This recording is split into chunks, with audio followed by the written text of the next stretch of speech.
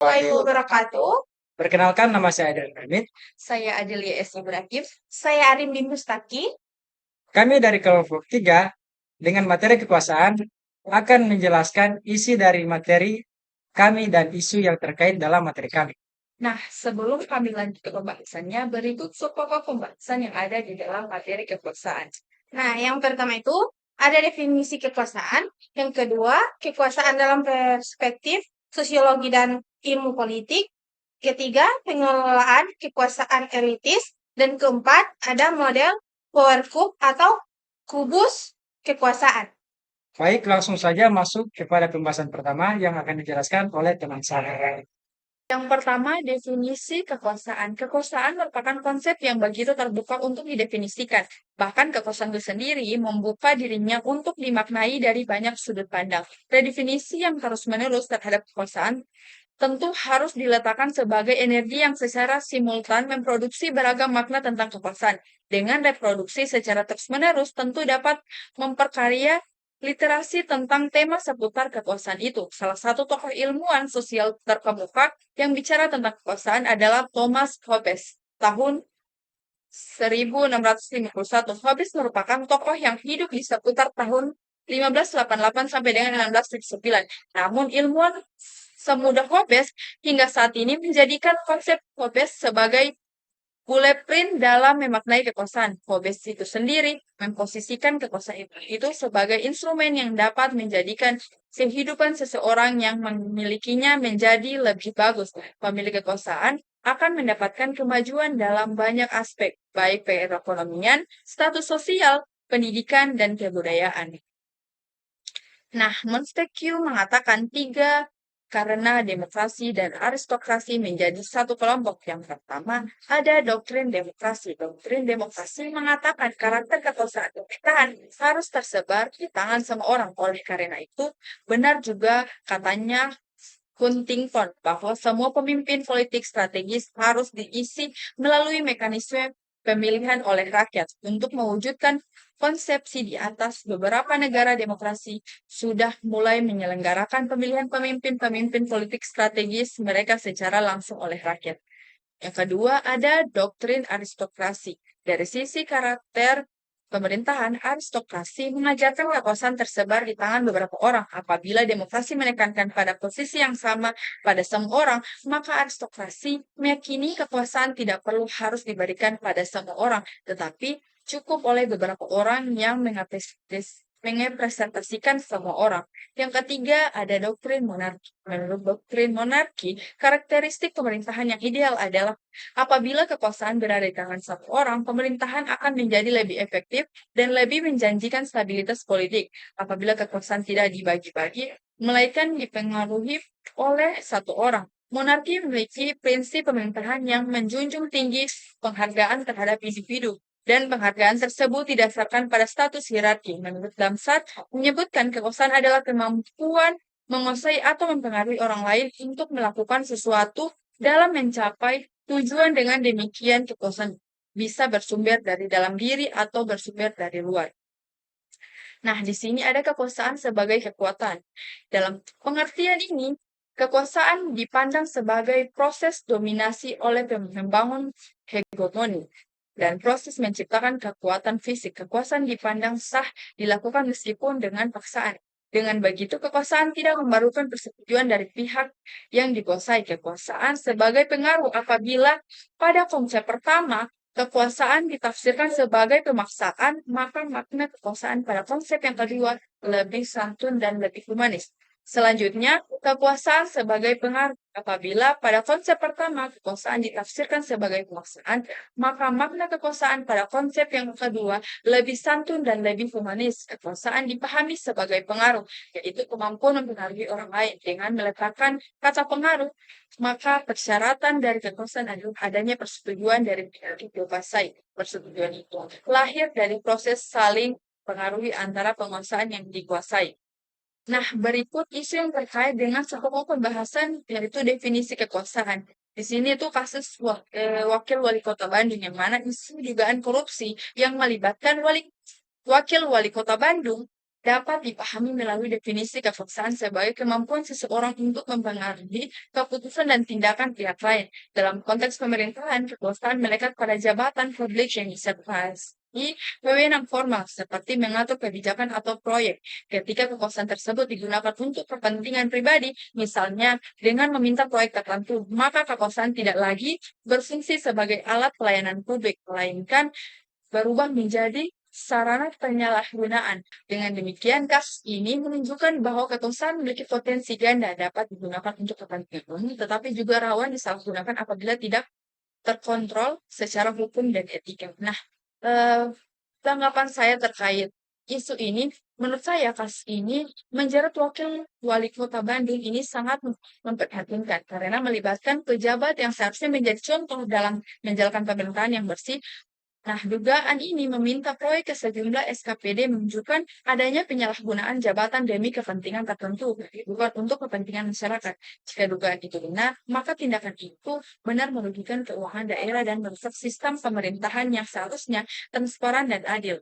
Proyek pemerintahan semestinya diberikan melalui mekanisme yang benar, bukan diatur berdasarkan kedekatan kekuasaan atau kepentingan politik. Saya juga melihat bahwa keterlibatan anggota DPRD dalam kasus ini menandakan masih lemahnya pengawasan dan integritas di lingkungan pemerintahan daerah. Hal ini membuat kepercayaan masyarakat terhadap pejabat publik semakin menurun. Di sisi lain, saya juga mengapresiasi kinerja kejaksaan yang telah mengusut kasus ini secara serius dengan memeriksa banyak saksi. Proses hukum harus berjalan secara adil dan terbuka agar kebenaran terungkap. Dengan kasus ini menjadi pengingat bahwa pejabat publik harus amanah dan bertanggung jawab. Pemerintah daerah dan partai politik perlu melakukan pembenahan agar praktik korupsi tidak terus terulang dan penyalahgunaan pelayanan kepada masyarakat bisa berjalan dengan baik. Baik, selanjutnya kekuasaan dalam perspektif sosiologi dan ilmu politik. Kekuasaan merupakan konseptualisasi yang dapat ditelisik dengan menggunakan berbagai disiplin ilmu, psikologi, manajemen, sosiologi, dan ilmu politik. Merupakan disiplin ilmu yang paling banyak memperbincangkan kekuasaan. Sosiologi tidak melihat kekuasaan sebagai suatu yang baik dan buruk. Karena kekuasaan memiliki sifat netral, maka baik atau buruk tergantung penggunaannya dan keperluannya. Apabila kekuasaan digunakan untuk menindas rakyat, mempertajam ketimpangan sosial, menciptakan kemiskinan struktural, dan menimbulkan ketakutan rakyat, maka kekuasaan itu adalah keburukan. Baik, selanjutnya isu yang terkait dengan subpokok pembahasan ini, yaitu isu penolakan DPR terhadap Kapolri dipilih Presiden tanpa DPR. Penolakan DPR terhadap wacana Kapolri dipilih langsung oleh Presiden tanpa melalui DPR mencerminkan dinamika kekuasaan dalam perspektif sosiologi dan ilmu politik. Dalam ilmu politik, kekuasaan dipahami sebagai sesuatu yang harus didistribusikan antara lembaga untuk mencegah pemusatan kekuasaan. Sementara itu, sosiologi melihat kekuasaan sebagai relasi sosial antara aktor dan institusi. Isu ini menunjukkan adanya upaya DPR mempertahankan perannya sebagai lembaga pengawasan eksekutif dan sistem demokrasi. Dengan kata lain, perdebatan tersebut bukan sekedar persoalan teknis pengangkatan pejabat, tetapi merupakan bagian dari mekanisme check and balance untuk menjaga keseimbangan kekuasaan dalam negara demokrasi. Baik, selanjutnya tanggapan saya mengenai isu tersebut. Menurut saya, penolakan Komisi 3 DPR terhadap usulan tersebut sangat penting dalam konteks menjaga prinsip demokrasi dan konstitusionalitas di Indonesia. Ketua Komisi 3 DPR, Habibur Rahman, menilai bahwa pengangkatan Kapolri yang mengharuskan persetujuan DPR bukan sekedar prosedur politik biasa, tetapi sudah menjadi bagian dari amanat reformasi dan sistem check and balance. Dalam ketatanegaraan, persetujuan DPR dalam fit and proper test bertujuan untuk memberikan legitimasi, akuntabilitas, dan pengawasan terhadap calon Kapolri, agar pemilihannya tidak hanya didasarkan pada kehendak eksekutif semata, tetapi juga memperhatikan suara rakyat yang diwakili oleh parlemen. Kalau posisi Kapolri diputuskan sepenuhnya oleh Presiden tanpa harus persetujuan DPR, resiko konsentrasi kekuasaan menjadi lebih tinggi karena tidak ada mekanisme kontrol legislatif yang kuat maupun representasi publik dan prosesnya. DPR sebagai wakil rakyat memiliki peran penting untuk menilai kompetensi, rekam jejak, dan integritas calon Kapolri sehingga lembaga kepolisian bisa bekerja profesional dan bertanggung jawab kepada masyarakat. Di sisi lain, argumen yang muncul dari pihak yang mengusulkan perubahan ini biasanya berangkat dari kekhawatiran bahwa fit and proper test DPR bisa dipengaruhi oleh pertimbangan politik yang tidak murni substantif. Namun, daripada menghilangkan peran DPR, solusinya adalah memperbaiki kualitas proses persetujuan agar lebih transparan dan fokus pada aspek profesionalisme, bukan menghapus peran DPR sama sekali. Dengan demikian, peran DPR tidak hanya menjaga keseimbangan kekuasaan, tetapi juga memperkuat legitimasi dan akuntabilitas jabatan strategis seperti Kapolri dan sistem demokrasi Indonesia. Selanjutnya, pengelolaan kekuasaan elitis. Setiap bangsa memiliki cara yang berbeda mengelola kekuasaan, tentu saja disesuaikan dengan perubahan sosial dan karakteristik sistem sosial yang terus mengalami dinamisasi. Bagian ini mengupas bekerjanya metode pengelolaan kekuasaan dengan model elit. Di negara miskin, pengelolaan kekuasaan acap kali dilakukan dengan mobilisasi, baik mobilisasi dengan kekerasan, mobilisasi dengan kekuatan ekonomi, atau mobilisasi dengan menggunakan ideologi. Namun, sering berkembangnya industri dengan pertumbuhan kelas menengah yang begitu cepat, masyarakat semakin kritis. Mereka semakin menyadari hak-hak politik dan hukum, maka pengelolaan kekuasaan pun mengalami pengesaran. Pengelolaan kekuasaan perlahan meninggalkan cara-cara kekerasan dan berganti menjadi cara-cara pluralis yang pedoman pada prinsip dan prosedur demokrasi. Pada pengelolaan kekuasaan, model elit, birokrasi otoritarian, muncul monopoli kekuasaan. Para elit akan terus terobsesi untuk memperkuat dominisasi. Elit selalu berada pada situasi khawatir terhadap keaktifan politik massa. Ketika pembaca praktek kekuasaan Indonesia dalam 3 zaman, Orde Lama, Orde Baru, dan Orde Reformasi. Maka di semua zaman ini, polarisasi dominion, hegemoni, dan region model Gramis terlihat dengan terang benderang.